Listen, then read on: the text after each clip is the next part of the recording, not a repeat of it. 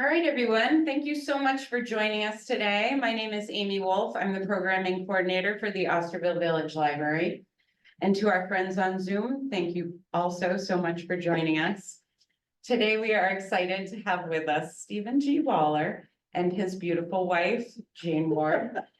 They were with us a couple of months ago for a moving meditation, Life on a Cape Cod Kettle Pond. We were very honored with their presence with that, and we are equally as honored with their presence on herring ponds of Cape Cod. So without further ado, here is Stephen.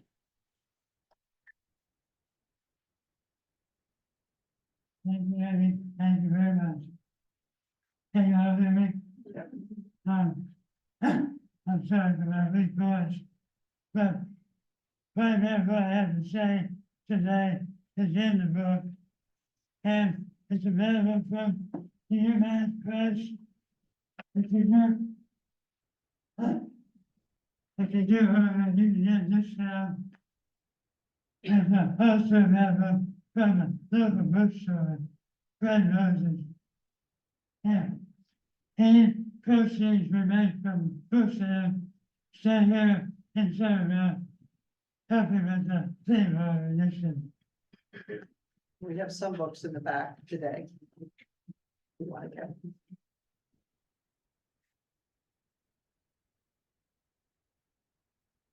go? Is that Stephen? Thank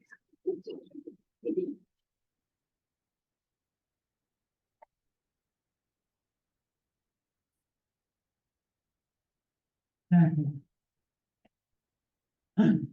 As many of you know, the farming about 20 herring runs on Cape Cod. The closest one here may be flying the Ostervile River, and it may also be the Boston Mills River, which comes in to the North Bank and just a couple miles away. Famous runs are the One Storybook, which many of you may have seen. The wonderful spot. Many seagulls eat the herring, and the very husband over at Bruin, the Volume River, which is on the other side of the canal, about halfway down on the right side. And that's a nice place to visit also. Very easy to walk right up to the herring run to watch the herring. And then both of those, Storybook and Volume River, have a very high towns. Many herring at both places.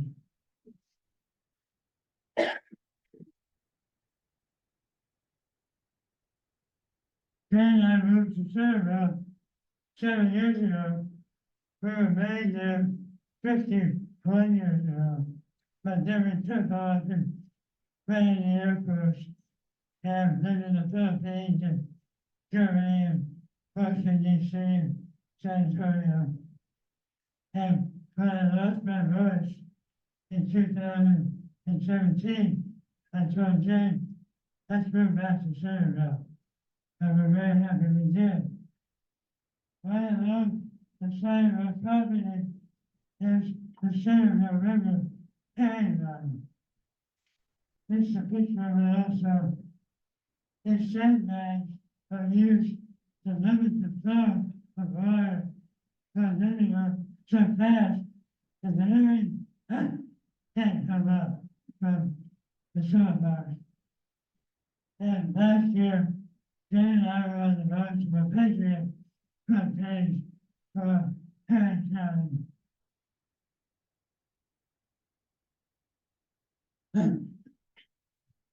The Ostervile River is the name of the salt marsh that runs along behind Graveyard Beach, but it also is the name of the herring run that goes up to Long Pond where we live, and then on 128 up to Bedford Oakland.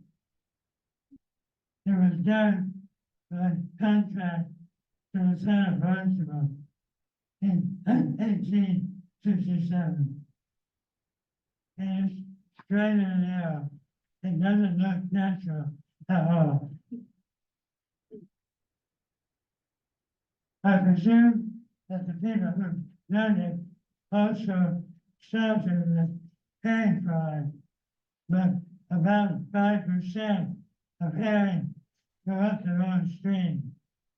And if they did that, they could have, created eggs and created a professional herring run from just being in the wrong herring run. It's about 33 feet from Lake Embankment down to the salt marsh, and about 25 feet from Long Pond where we live. Some of that is pretty steep, and the state of Massachusetts is talking about building a ladder that will allow the rain to go up the easier, but they haven't done that yet.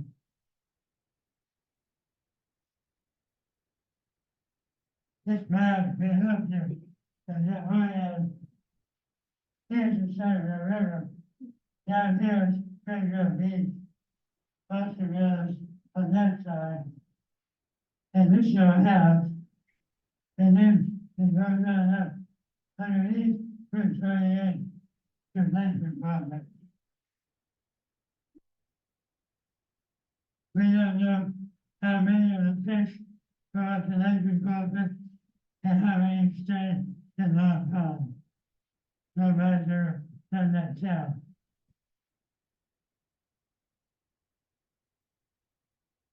I grew up out in the Midwest, near the Missouri River. That's a river. This to me is a brook, or a stream. That's called the Ostervile River. And there are ocean herring, or Atlantic herring, that spend their whole life in salt water. But there are two species of herring called river herring, alewife and blueback herring. And the scientists tell us that the alewife likes to wait for the water to be 1,500 degrees before they come up.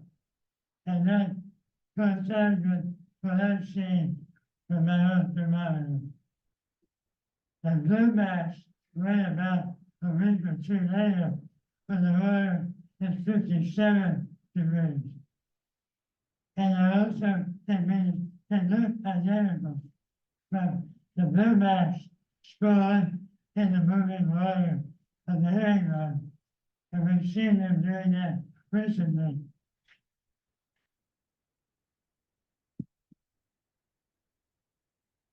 Need that microphone? Yeah, when they're spawning, the males bump the females. And that stimulates her to release her eggs, which stick on the bottom. And then the male swims over the top and inseminates them. They stay on the bottom for 3 days or more, and then they hatch and become tiny little fry. And over the summer, they swim around the edge of the pond, trying to stay away from the bass. And they're going to be about 3 inches long. When they leave in the autumn, they're about 2 or 3 inches. You read? Yes.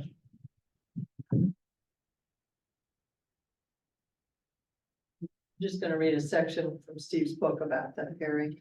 The heroic adventure of living for 90% of your adult life in the Atlantic Ocean, constantly on the lookout for predators, and then swimming over 1,000 miles to find the very same tiny stream on Cape Cod where you were born, avoiding the voracious predators at the mouth of the herring run and again at the entrance of Long Pond, and then spawning or swimming up to Lake Weequahic and spawning there, and finally swimming back down the run and out to sea, again dodging the packs of hungry predators, both in and above the water, then swimming the arduous trip to the deep ocean for another year of staying ahead of predators there. What a wild roller coaster ride of drama such a life would be. The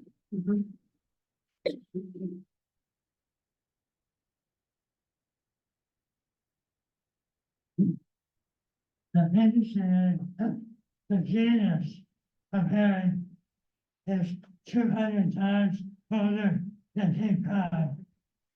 And you know, 20,000 years ago, when Cape Cod got pushed up by the ice age, the ocean was 400 feet lower than it is today because so much water was tied up in ice.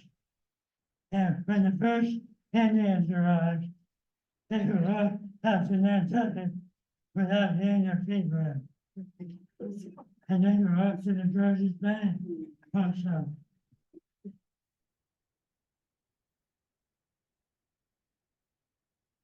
The female released a huge number of eggs.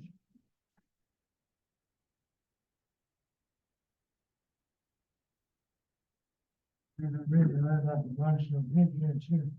Want me to do Yeah. that? Okay. When the river herrings swim upstream against the current, they create a bow wave that's visible from a distance, like 50 or 100 yards. One fish can create a bow wave, or an army of many creates an identical single bow wave.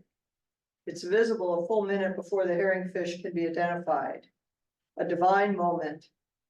The run is episodically so shallow that the herrings splash with their tails as they swim upstream. A friend who is a close observer has seen them turn on their sides to swim through the shallow part of the stream. Our stretch has not been that shallow during the migration. If the pond is placid when we're counting, the entering schools create a circular wave as they reach the pond through the gap in the sandbags at the entrance to our run. They later make circular waves in the middle of the lake as the schools fan out, and some of their distinctive bow waves at the north run are visible through our bird watching binoculars. After the swimming, and you see the bow wave ahead of them. We can see them right on the run before they get to us.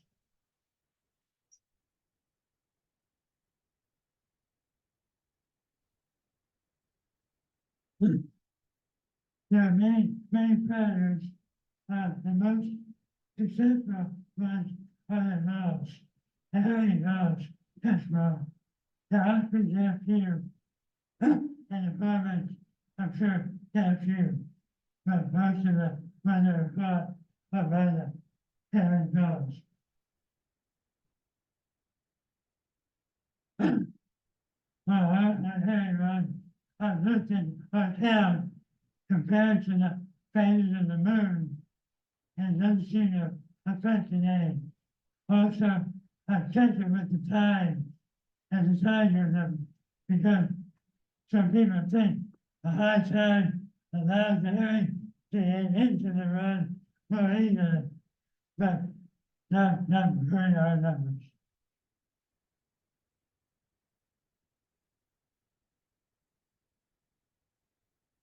What seems to affect them the most is the fishing offshore.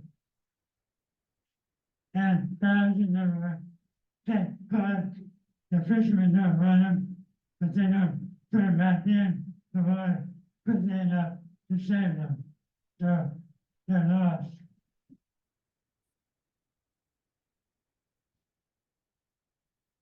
Around Massachusetts, there are about 100 runs.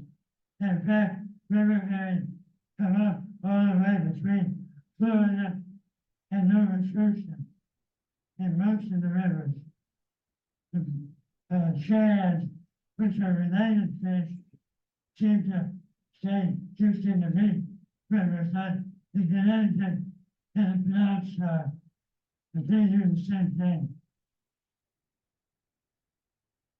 Some of the herring rods have automatic counters, and over at the Monument River, they compared the visual count to the automatic count, and have realized oftentimes two fish go through at the same time.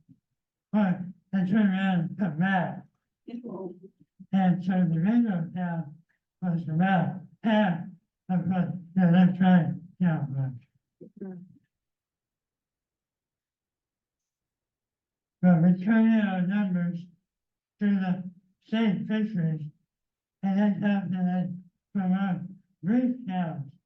They extrapolate to the, what they call the actual count. 2 years ago, we counted 10,000, but the statistician said that was equivalent to 200,000. The challenge we have on the Ostervile River is that almost all of our herring come before dawn. And the standard count is from 7 a.m. to 7 p.m. We rarely see herring during those times. So we have a 10 during the daylight hours and 100, and we'll have a total count of 10,000.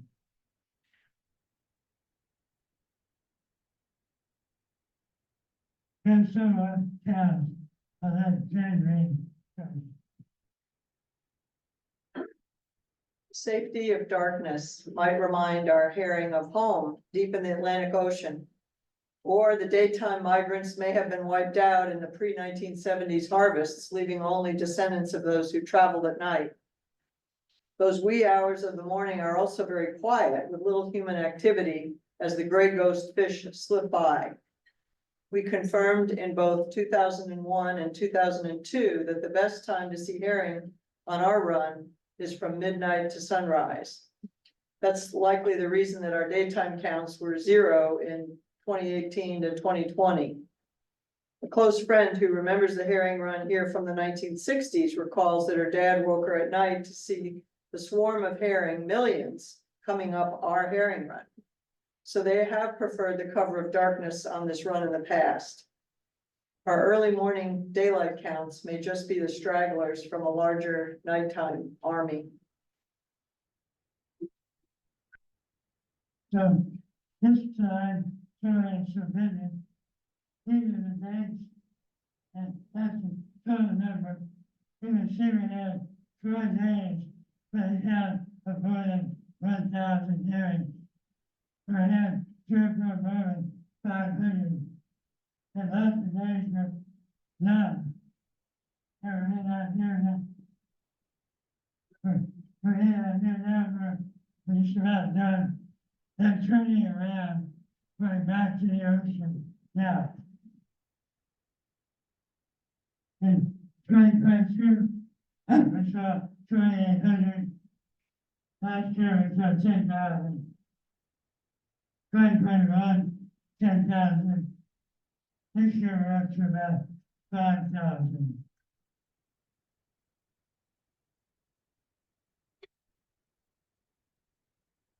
And as they turn around and exit, they tend to do that for our run in the afternoon, which is great because some of our volunteers who've been helping us now have only seen a few herring in the daytime. But now I hope you get to see them as they leave.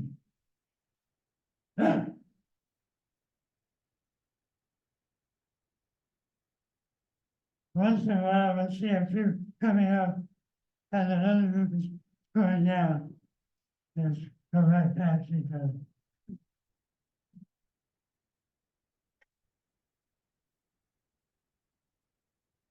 And the babies usually stay until October or November. In some years, the herring run is dry by then.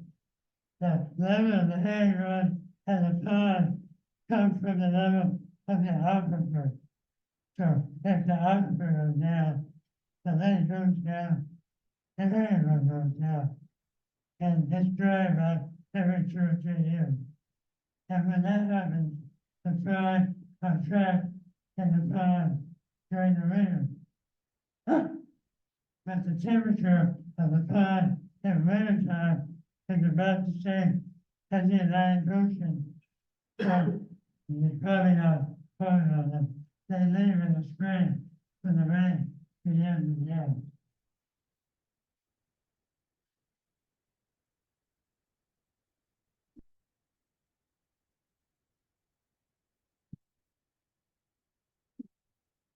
I'm hearing maybe put out over the sandbar.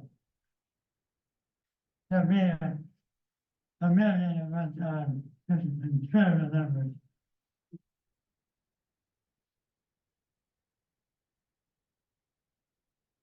So in some ways, springtime experience, to have lots of hearing. If any of you would like to be a volunteer, to have 1 or 2 days a week or 5 days a week, just come for 10 minutes and count, and then turn the numbers into me, and we'll make sure they all get tabulated. Please contact me either by my email or I think I have a sign-up sheet. And